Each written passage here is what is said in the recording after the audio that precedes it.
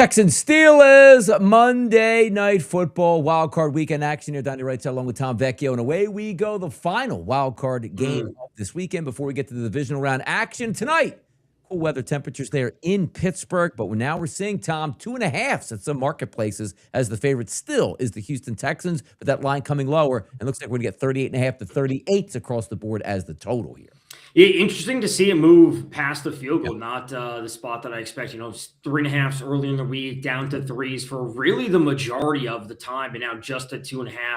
I don't know if people are buying into the Steelers and some historic trends, Donnie, but I think the Texans are by far the better team, and the defense is going to be what powers them to the win.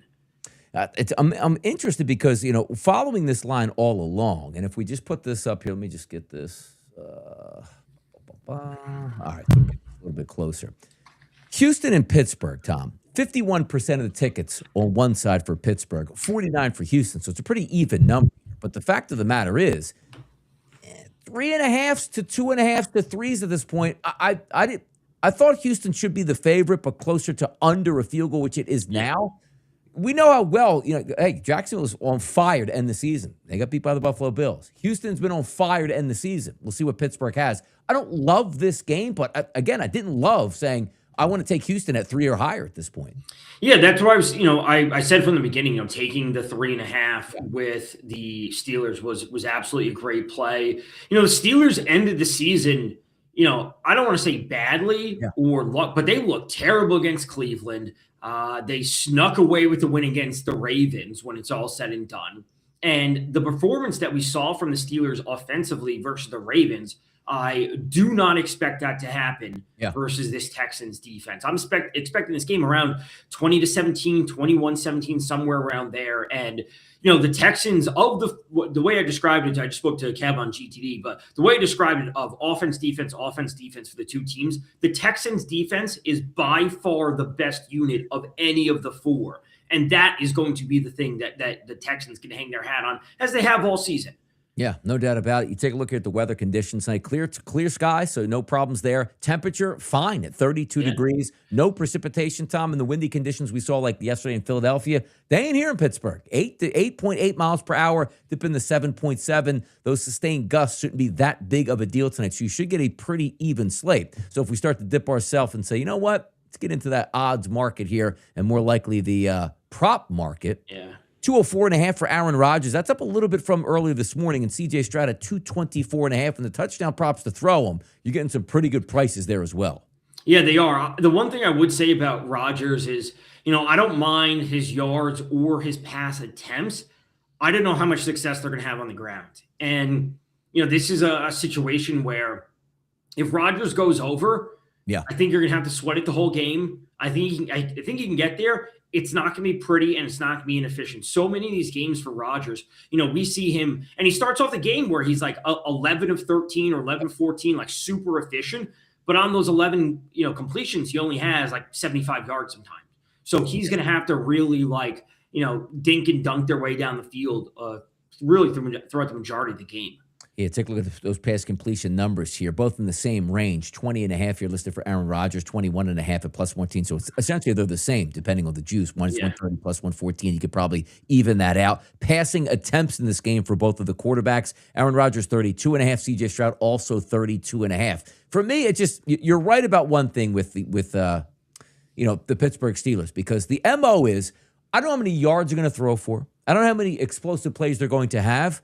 But there's going to be a lot, as you said, Tom, dink and dunking here. The key position here is not DK Metcalf 7-step drop for Aaron Rodgers. Let's launch it down the field. It's working, both running backs out of the backfield. All three tight ends, that you would have at your mercy here. And Adam Thielen has a lot more routes under his belt since DK Metcalf was out. I think he's had like 57 or 50, at least 50 pass routes in those past two games. So you are going to look for a lot of 3 pass play options. What I mean by that is first down, second down, and third down, which might only pick up 12 or 13 yards just to keep the sticks going. Right. Yeah, and that's why I'm really thinking. I think, the way the Steelers offense has operated thus far, it has Yeah, been a lot of these quick passes. And I think that has to be amplified tonight due to the Houston pass rush. yeah.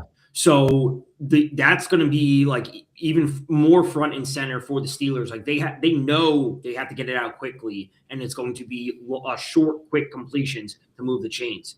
And Yes, it is. they have to operate. They have 3 plays to get 10 yards. I think that's their mindset coming in with Arthur Smith. It's like they have 3 plays to get 10 yards. They are not a big play offense. Exactly. And also, you take a look at like Aaron Rodgers, and I was talking to Kevin also earlier. Like, it's not 2012 Aaron Rodgers. Like, this is old Aaron Rodgers. He can't sit in the pocket because he could be a sitting target for that defense. Like, it's a lot of pressure and 3 really good cornerbacks across the board. Maybe you can start to work on some of those linebackers with those over the middle type routes here. If we look at the passing props here, Tom, Nico Collins, 71.5. DK Metcalf, 56.5. Those are the leaders here at the high numbers for both number 1 wide receivers. Secondary option, Dalton Schultz catching a little bit of steam here lately. Kenneth Gainwell, 30.5. I like Higgins. Higgins was up from 26.5 this morning up to 29.5. I agree with that line move. Fryermuth, Woody Marks, Jalen Warren, Christian Kirk, and so far and so forth. Down the list we go. Valdez-Scantling, he should just have a question if he gets 1 target or not, as opposed to catches 11.5 yards. What are we looking at here from that wide receiver spot, Tom? Me, I'm looking at secondary options today. Yeah. I think DK is great. I specifically like DK to catch a pass on the first drive at plus 160. But Metcalf's probably going to see a lot of Derek Stingley Jr. And not just him, but the rest of the Houston secondary is awesome. So I don't necessarily like Metcalf. I've always liked the secondary options. I will say the Kenny Gainwell number has been steamed up. I think I saw it at 32, and I don't mean literally steamed up today. Yeah. But we've seen that number rise on a week in and week out basis really over the past 3-4 weeks.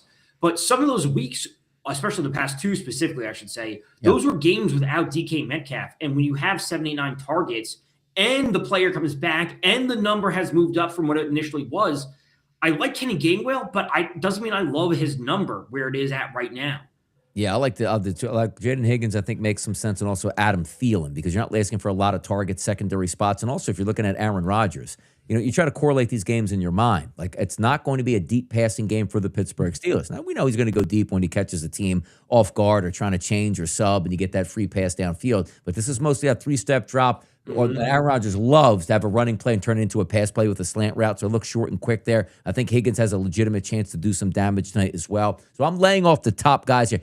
Because a lot of people do gravitate towards Dalton Schultz. How are you feeling about him tonight? Because I stayed away from him. I think it's a decent option, but I thought there were some better options out there. Yeah, I like Dalton Schultz. Like, I think he's a good player, but I don't like a 41.5 line from him. If this line was 36.5 or 37, I may have a different opinion on it. It's 4, 5, 6 yards isn't like that much of a difference, but I would look to play Schultz in game if that number drops to 35. And there's a legitimate chance that, it's a lot of Nico Collins, it's Higgins, and then they get the running game involved, and it's just Schultz not early. I would play him in game at a lower number. I'll tell you what's crazy, too, is you take a look at the team totals for these teams tonight, Tom, 20.5 and 17.5. Like, almost did a double take because those numbers really aren't ready and available for good football teams, which both of them are. They great on offense? Not necessarily, but you're going to give Aaron Rodgers like a 17.5. I almost wanted to pull the trigger there just out of spite. But let's take a look here at some of these rushing props. Woody Marks, 56.5. Jalen Warren, 51.5. Kenneth Gainwell, 25.5. And then the quarterbacks there. By the way, Aaron Rodgers juiced up, man. He's at a half yard up to 1.5 now. I don't know what's going on in this place. Nick Chubb, you're asking for 2 carries. Like yesterday, I really liked Tank Bigsby in the game with the Philadelphia Eagles. He's listed like 7.5, got 19. You're looking at Nick Chubb, 9.5. All you're saying to yourself, Tom, can he get 2 carries? And maybe he gets that. But I don't have any rushing props tonight on my card. Do you? I do. Woody Marks under 15.5 rush attempts. That number's now up to 16.5. So, if I liked it under 15.5, I guess I'll love it under 16.5. There's, a bit more juice at minus 138, at least on FanDuel. But, Woody Marks played in really a split backfield for the majority of the second half of the season. He did deal with an injury to end the year. We know that Nick Chubb is good. Jordan, the third string running back, I'm not going to say he's going to have like an amazing game, but I do think they will utilize him to some extent. And my prevailing takeaway is that I just don't know if the Texans are going to give Woody Marks, a rookie running back, 16 or 17 or 18 carries on the road in Pittsburgh. I think he could get to 12. Chubb has 9. Jordan has 5 or 6. Like, it's going to be a committee tonight, and no one player is going to jump out ahead. longest rush action here. Woody Marks 12.5, Warren 12.5, Kenneth Gainwell 10.5, and then there's CJ Stroud 7.5. I'm always intrigued by like the quarterback props, like Brock Purdy's yesterday. He ended up getting that. I didn't take Jalen Hurts yesterday. It's just if there was one game he was supposed to run, it was yesterday, and he didn't. So sometimes there's just hit or miss on the quarterbacks where you think they can certainly go. Touchdown props tonight. This is something we don't see too often. The leader in the clubhouse is plus 155. That's a rarity, man. Nico plus 155. Like, if you were just, like, you usually like to do team, like, and I lost yesterday on the Eagles game, Tom. Like, A.J. Brown and Devon. I mean, get the hell. Like, I'm already steamed up about losing that option. But Nico Collins plus 155 and DK Metcalf plus 230. Like, the two top dogs here on either side. You could double up that way. But I feel like if I am doing just Donnie, you have one team to pick and one team to double up. It's right here, Tom. It's both for 230 and 230, man. Come on. If the Steelers are scoring a touchdown tonight, it's a good chance it's going to be one of those guys. Right. I would say they get one on the ground and one in the air and one field goal. Like, that's their 17 points right there. If I had to put a number on the Steelers team total. So one in the air, it would be DK plus I can make the argument for Gainwell, but I would say DK or Freiermuth in the air and Warren or Gainwell. I think it's that simple. The Texans is a bit more confusing because you wouldn't go Marks Chubb. You could go Collins Schultz or Collins Higgins. Yeah. But it's really just as simple as taking two of the Pittsburgh running backs and one of them gets through. I think it makes sense. The only thing, Tom, that could throw a wrench in those, they get down to the goal line, man. Oh, my God. Connor Hayward doing it here. And I'm saying, oh, my goodness, because it's like the Eagles didn't do the tush push all that much because, quite frankly, their offense wasn't good enough to continue to get down there. It's like, man, Saquon's got a $120 on the ground, 15 carries. He just can't get his touchdown. That would be a shame if you have a stone-cold touchdown for a running back at the 1-yard line, and Connor Hayward comes in and says, you know what, let's do a little bit of damage in this spot here. See what else we got here on the game special. I'll say this one thing about Connor Hayward. Yeah. You shouldn't bet, like, people out there, you shouldn't bet that. That's not a fair price. Like, for his usage, I know, like, he is utilized at the goal line, but for the bites at the apple that he has, that number should be 10-1 or 12-1. 6.5-1 is insanely low. It's not a good bet. For decent football teams, Tom, look at the 1-1, a 6-1 price. I mean, that's obviously the 38.5 over-unders so heavily involved in that and, like, weighing it down. But 6-1 is a number we literally never get. These numbers are like 2-1 most of the time. Because you are right. Like 38.5, like threading the needle, like, because that means 1-1-1-1. That's 28 points right there, hitting it perfectly in a game that's 38. So there's really no leeway. Like, hey, you're expecting 7 touchdowns today. Okay, we got some leeway. There's no leeway. But it's just like the 1-1 seems so easy. Like, okay, first half, throw a touchdown. All right, I need to run one in the second half. The other team runs one. Okay, just need one to throw in the second half. And you'd be surprised. Like, even in the Eagles game yesterday, it looked like a great 1-1 game. 1-1 didn't happen because the Niners didn't run a touchdown in at that point. But that is fascinating. How do you feel about 1+ field goal in each quarter at plus 320?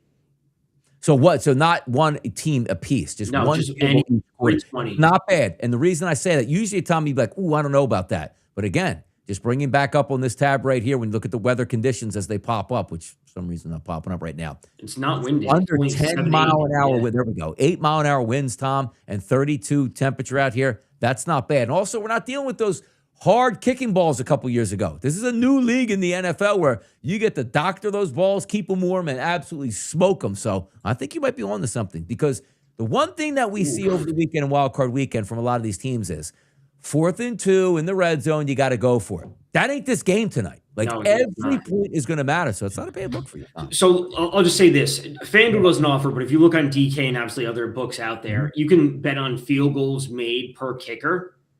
So Kaimi Fairbairn over 1.5 is minus 234, and Chris Boswell over 1.5 made field goals is minus 181. Yeah. So they are expecting 2 field goals apiece from each kicker, and 1 per quarter is 320. I don't mind that bet if you're looking to have a little bit of fun tonight. I used to love these ones too. Each team 1 touchdown and 1 field goal in the first half. It should be so easy in the NFL.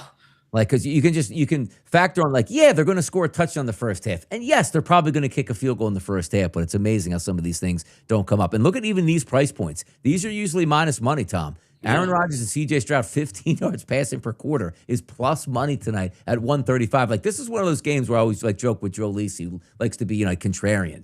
Like, he would just have a field day just because if you do get a 45-plus point game tonight, which isn't a lot of these numbers are gonna be popping.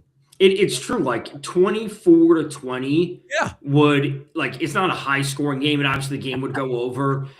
But like you would have players ulted up through the roof. A player that's as a Schultz or whoever was at 41 or 42, he could have 60 or 70 in that game if they get to 24-20. I don't see that happening tonight. I definitely see this on the 20-17, 20-14 kind of range tonight. Yeah. I do think the Texans win.